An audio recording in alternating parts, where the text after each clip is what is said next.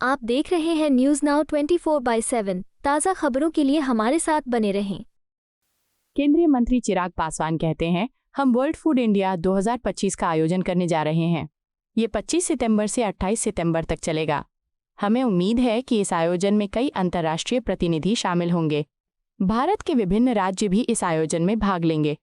ऐसे आयोजनों में अलग अलग सत्र आयोजित किए जाते हैं। उन सत्रों का समापन भी हमारे लिए मददगार होता है। इससे हमें इस क्षेत्र को लोगों के लिए और अधिक सुविधाजनक और सुलभ बनाने में मदद मिलती है।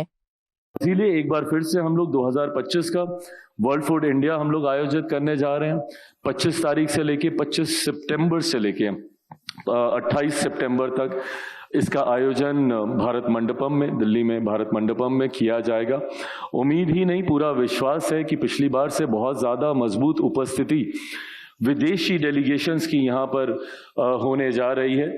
मुझे खुशी है कि जिस उत्साह के साथ भारत के अलग अलग प्रदेश भी इसमें पार्टिसिपेट करते हैं, जिस तरीके से जितनी अलाइड मिनिस्ट्रीज का इसमें इन्वॉल्वमेंट रहता है, उनकी इसमें भागीदारी रहती है। ना सिर्फ वो आते हैं, ना सिर्फ अपने विषयों को वो वहाँ पर रखते हैं, बल्कि जो इंट्रैक्शंस भी होते हैं, अलग अलग सेशंस भी हम लोग इसमें कंडक्ट करते हैं। उस सेशंस के माध्यम से जो डिस्कशंस होती हैं और उसका जो निष्कर्ष निकलता है, वो हम लोगों को भी मदद करता है कैसे इस सेक्टर को हम और ज्यादा सहज बना सकें, कैसे इस सेक्टर को हम और ज्यादा एक्सेसिबल बना सकें। मुझे लगभग 1 साल हुआ है मेरे प्रधानमंत्री आदरणीय नरेंद्र मोदी जी के द्वारा इस विभाग की जिम्मेदारी दिए हुए, और पिछले इस 1 साल में मैंने ये एक ईमानदार प्रयास किया है कि मैं वो ब्रिज बनूं, मैं वो कनेक्ट बनूं between the industry and the policy makers, my ministry. मैं उस ब्रिज को बनने का मैंने प्रयास किया है जिसके माध्यम से रेगुलेशंस ऐसे हों जो कि हमारे तमाम चिंताजनक विषयों को ध्यान में रखते हुए, मद्देनजर रखते हुए ऐसे स्टैंडर्ड्स का हम लोग निर्माण करें जो इवेंचुअली ग्लोबल स्टैंडर्ड्स की भूमिका निभाने का कार्य करें। इसमें फसाई के साथ भी हम लोग निरंतरता में बैठकर हम लोग चर्चा करते हैं। वर्ल्ड फूड इंडिया में भी ग्लोबल रेगुलेटर्स के साथ हम लोग हर साल एक समिट आयोजित करते हैं जहां पे ग्लोबली रेगुलेशंस में क्या क्या चल रहा है और कैसे भारत उसमें एक अहम भूमिका निभा सकता है, कैसे रेगुलेशंस में हम लोग और इस बात को सुनिश्चित कर सकते हैं कि जहां पे इंडस्ट्री को बहुत ज्यादा तकलीफों का सामना ना करना पड़े, क्योंकि कई बार रेगुलेशंस ऐसे भी बना दिए जाते हैं कि सामने वाले की इच्छा शक्ति को ही वो तोड़ दें इस क्षेत्र में आने से।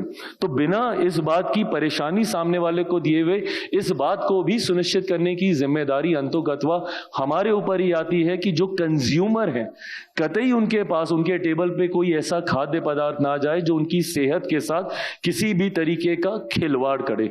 तो इन तमाम बातों को बैलेंस करते हुए कैसे रेगुलेशंस को हम लोग और बेटर करें, कैसे हम लोग अलग अलग स्टार्टअप आइडियाज जो यंग ब्रेन्स आते हैं, कैसे उनको एक कंप्लीट इंक्यूबेशन हम लोग प्रोवाइड करके दे, वो कंप्लीट हैंड होल्डिंग उनको हम प्रोवाइड करके दे। इसमें मैं निफ्टम का भी विशेष तौर पे मैं धन्यवाद करूंगा। उनकी एक बहुत अहम भूमिका रही है।